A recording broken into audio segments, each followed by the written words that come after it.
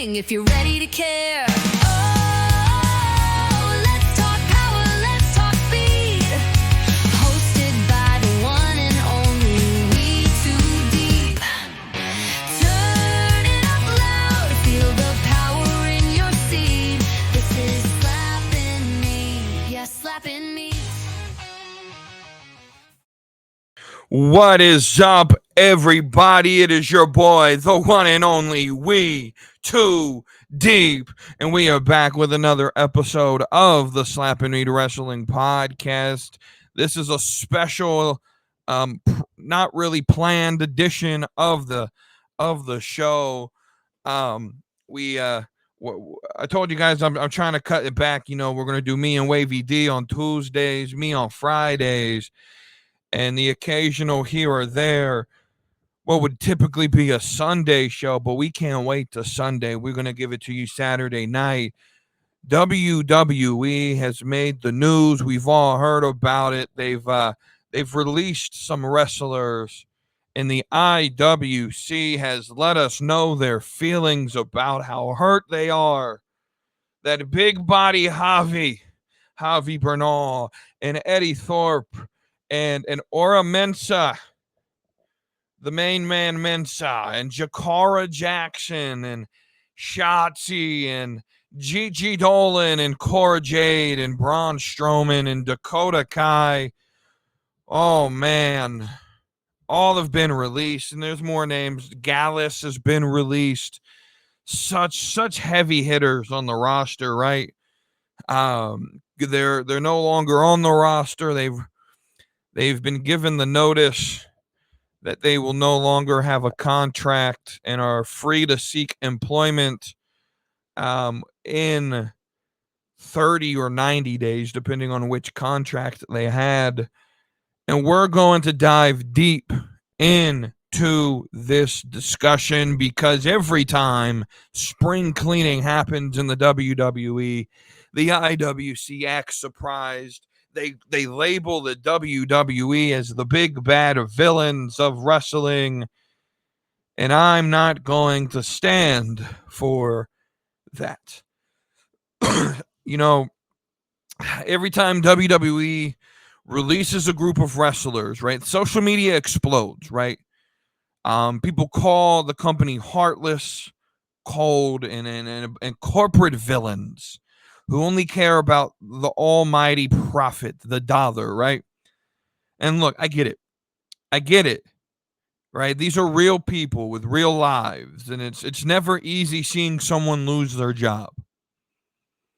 But let's take a step back, remove the emotional response, think logically for a second, and be honest about the reality of the situation.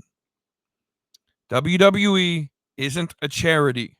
It is a business. And like any business, whether it's a sports team, movie studio, record label, your local electrician shop down the street, they have to make tough decisions. Some of them will hurt, but that doesn't make them evil. It just makes it business. Think about your own job. Whether you work as a cook at a restaurant, whether you work in some corporate office on Broad Street, Broadway, Wall Street, right? Companies restructure, budgets get changed, projects get canceled, and yes, sometimes people get let go. Not because they're bad at what they do, but because the direction of the business has changed. Wrestling is no different. WWE has hundreds of talent under contract. Not everyone can be on TV every week. Not everyone can get a storyline. And if a wrestler is sitting in catering for months, not being used, how is that fair to them? Sometimes a release is actually freedom. A lot of these talents can go on to shine in companies like AEW, TNA, New Japan, or even, like Matt Cardona on the indies. They get to reinvent themselves. They can find their voice. Heck, look at the examples of Drew McIntyre. He was released, rebuilt himself, came back stronger than ever, and one could argue is one of the top wrestlers in the world today. What about Cody Rhodes? He left, went to the indies, made a mega star out of nothing, changed the industry forever, decided to have this cool idea of trying to have an independent organization, independent of any promotion, run a pay-per-view event where he sold 11,000 tickets at 50,000 pay-per-view buys with zero backing from any major wrestling company, and changed the wrestling business in 2018, leading to the creation of All Elite Wrestling. And he came back 3 years later after that and became a megastar. Now, WWE isn't perfect. It's not what I'm saying. No company is. But releasing talent isn't automatically a sign of villainy. Guys, it's not personal. It's a professional decision. At the end of the day, it's business. And while it's okay to feel disappointed, trust me, I get it. When I see names like Dakota Kai, who I was extremely high on. Everyone knows me. Dakota Kai was one of my favorite women's wrestlers in the world. When I see names like Gallus, which to me were highly underutilized. When I see a name like Riley Osborne or Main Man Ora Mensa, that they get released. Sure, on a personal level, because I like them as wrestlers, it does hurt. And it's okay to feel disappointed. But let's think logically. Let's not make WWE the bad guys. Let's realize that these wrestlers can still wrestle. There is more opportunity today than there has ever been in the wrestling industry. Dakota Kai will have offers in 90 days. Whether it's AEW, New Japan, somewhere in Australia, on the indies, she could go and make a name for herself. Riley Osborne's young. He can go make a name for himself, reinvent himself, go out and learn from this experience. Riley Osborne would be a great fit for AEW. And so while it is okay to feel disappointed, let's not turn every tough business decision into some sort of scandal.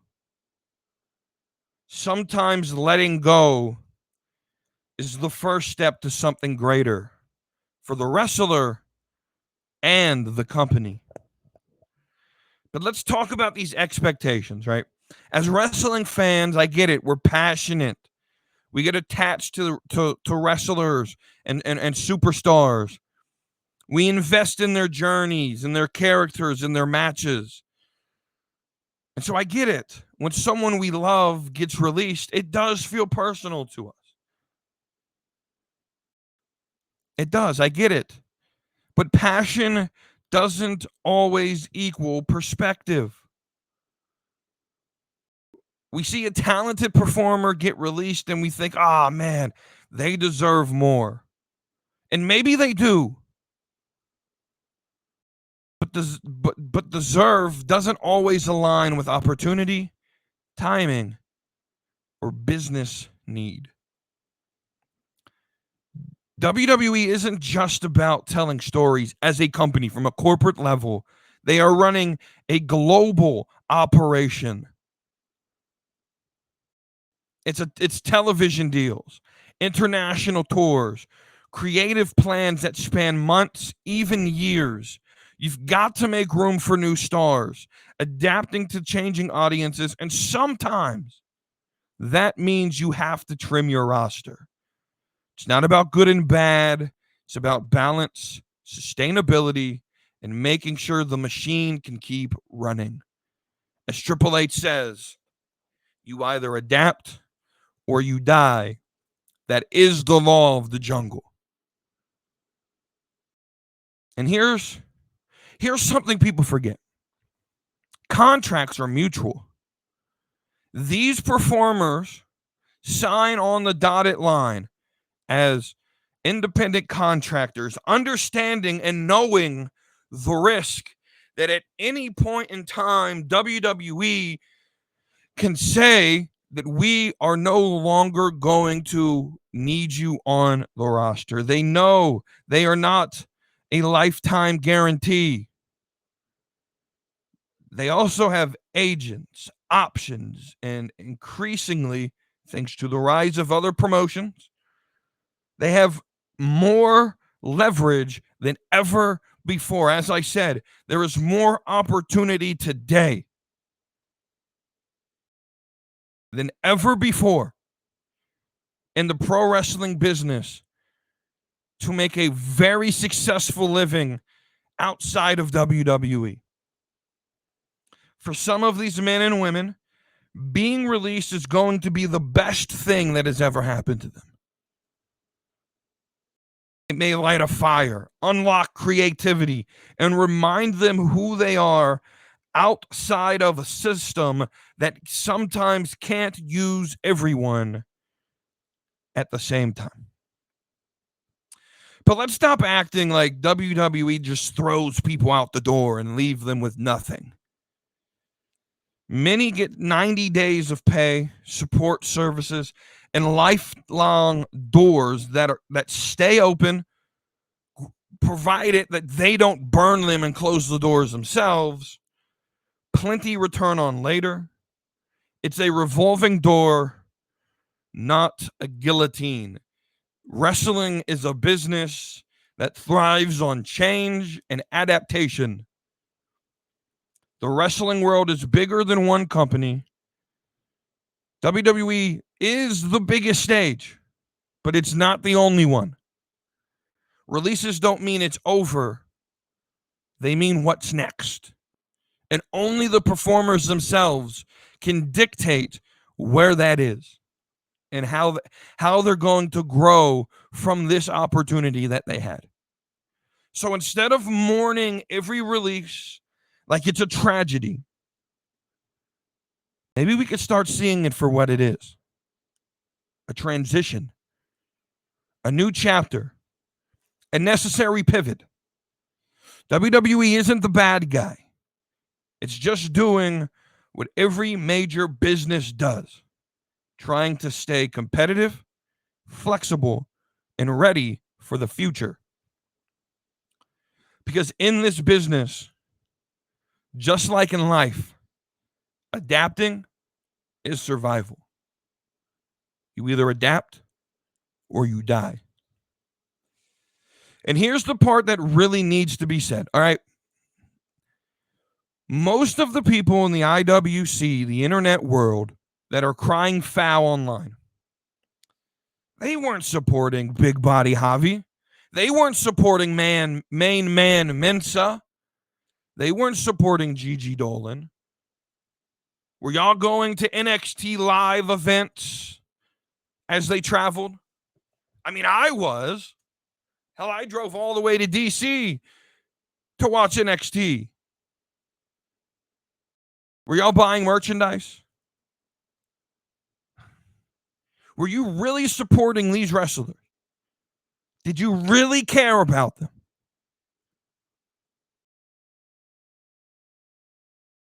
Now, I'm willing to bet most of you were not. Let's be honest. Were you buying their merchandise? Were you showing up to cheer for them? For Katana and Caden Carter when they were buried in catering or on main event or buried in a tag team division that had no story? No. Most of you weren't. Most of you were scrolling past their matches, skipping their segments, complaining they were boring and outdated, or just not watching them at all. But now that they've suddenly been released, suddenly it's, how could WWE do this? Suddenly it's a tragedy. Suddenly now they're your favorite wrestler. Come on, man. If you didn't support them then, why are you pretending to care now? But here's the real question. Here's the real question. Now that Dakota Kai's your favorite, now that Braun Strowman's your favorite, now that Javier Bernal is your favorite, here's the real question. Are you going to support them on the indies or wherever they go next? Are you going to tune in to AEW to watch Dakota Kai? Are you going to tune in and follow them to Impact, TNA? Are you going to subscribe to their Twitch, their YouTube, Cora Jade's OnlyFans when it comes up? Because it will come up. She will be the next Mandy Rose. You going to buy a ticket to the local indie show? Or you even just retweet any of their promos? Or is all of this just performative? Is all of this just fake white knight outrage?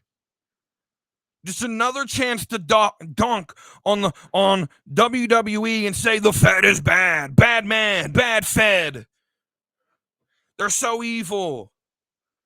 Just to try to get the clout that comes with that. If you really care, and I mean really care, then show it. Actions speak louder than words. Show up. Support their journey. Put your time, your clicks, your money where your outrage is.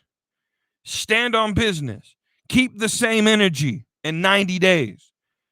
Because if not, maybe this outrage just isn't about the wrestler at all.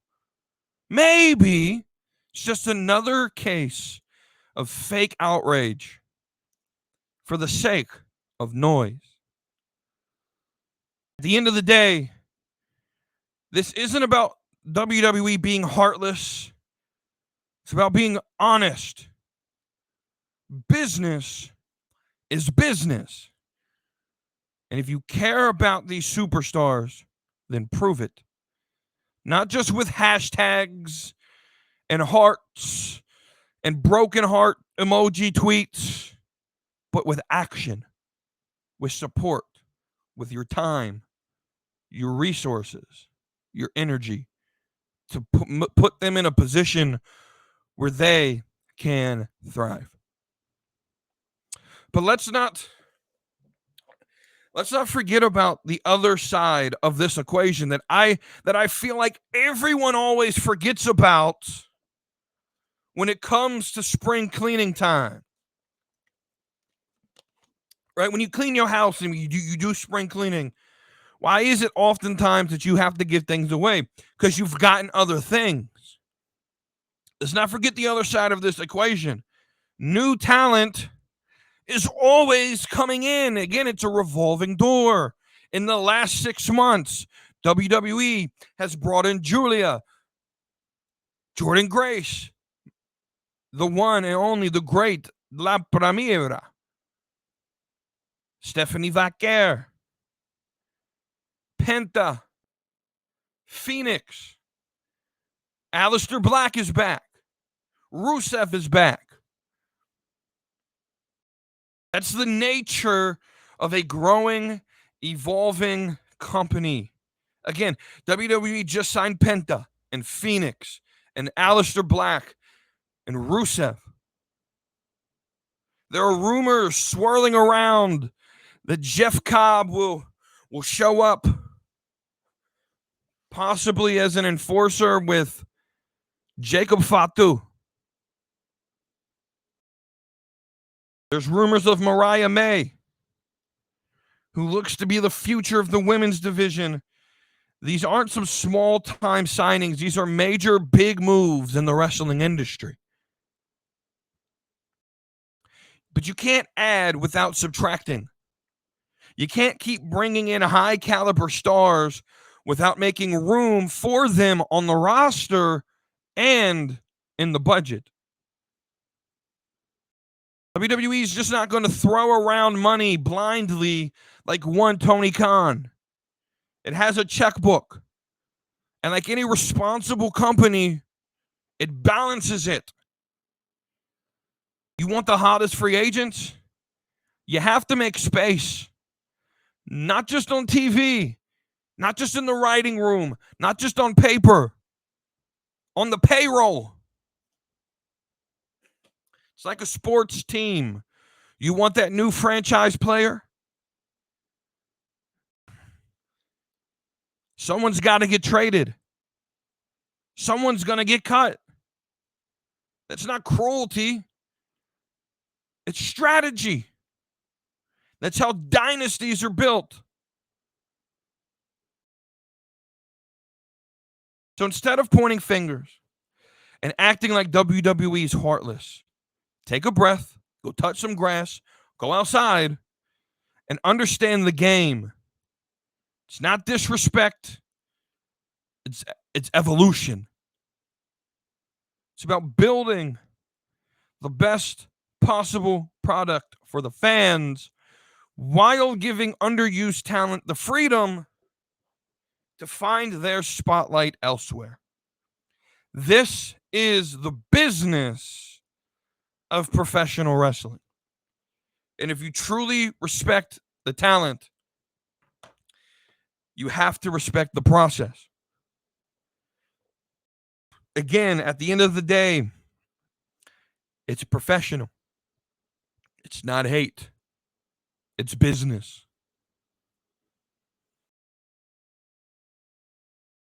It's business.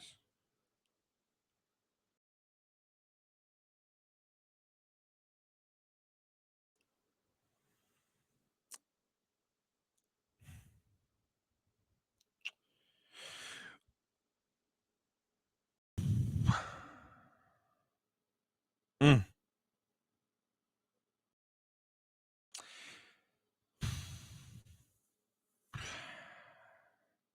And while we're being real, I'm questioning whether I should discuss this because I feel like this should be common sense by this point. While we're being real, I see so much hate. On well, if WWE cared, they would not give them the 90-day clause, right? Let's talk about it. Let's talk about this infamous 90-day non-compete clause. People love to trash it like it's some evil contract straight out of a villain movie. Oh, WWE, we think WWE is just not going to let them wrestle for 90 days. How dare they? But let's cut through the noise. Again, take a step back, think logically and rationally. Let's actually look at what this is, right? So first off, they're getting paid for 90 days after they're released. That talent is still collecting a paycheck. That's 3 months of income with no bumps, no travel, no risk. That's stability. It's time to regroup, strategize, line up your next move without having to worry about where the next rent check is coming from. Second, this gives WWE time to clean house creatively. You don't want Dakota Kai showing up on Dynamite the next week after showing up on Raw, wearing the same gear, still attached to a story on WWE television, confusing the fans, muddying the continuity of her character, or spoiling long-term narratives. The 90-day buffer gives WWE time to tie up these loose ends, write them off mentally, and keep the product clean and focused. You know who loves these 90-day clauses? The smart wrestlers. Because they understand it's not a punishment. It's a parachute. It gives them the space to hype a debut, stir up some buzz, drop a few cryptic X posts, build some momentum, and hit the ground running when the time is right. People act like because they can't wrestle and they're not on TV, they don't have access to social media. They're not going to lose their presence among wrestling fans if they do this correctly and market themselves the way they ought to. So let's stop pretending this is some kind of jail sentence. It's a transition period. And I must add this again, with pay, with protection, and with purpose. If you're truly about the talent, you should be thankful they're not kicked to the curb with zero notice, zero pay, and zero understanding of where the next rent check is coming, like in most other industries. Because once again, it's not about cruelty. It's not about some sort of control. This is about business structure. This is about professionalism. It's about doing things in an orderly and stable way that allows the machine to keep moving and for talent to move on in a way that actually benefits them.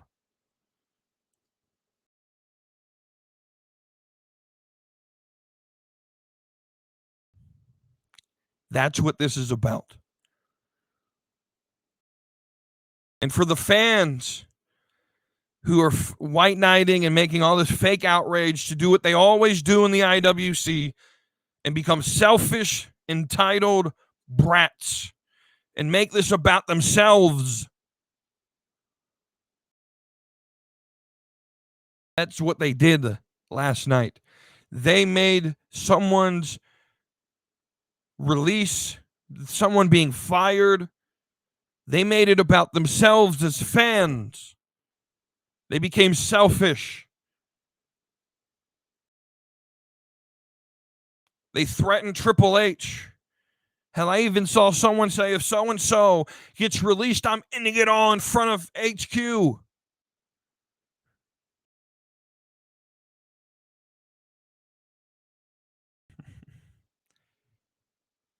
The next time WWE releases a batch of talent, and there will be a next time, ask yourself, am I really upset for them? Or am I just looking for a reason to bash WWE? Because if you really care about these men and women, you'll show it. Not just when they're trending, but when they're grinding. Support them where they land. Cheer louder. Buy the merch. Show up. Because the truth is this. In this business, every end is just the start of something new. It's the start of something new. Where are my High School Musical fans at? WWE is not the villain here. It's just playing the game like every other major company and player is doing it.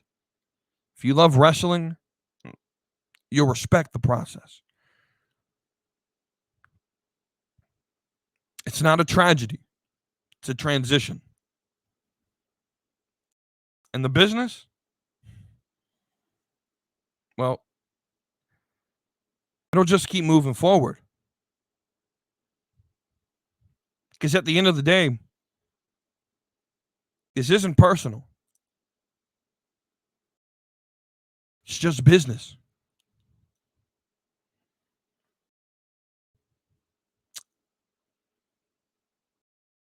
So hit that subscribe, come along for the ride. AEW, WWE, we're always on side. From fantasy booking to baddies that slay, slapping, meet, wrestling every Tuesday.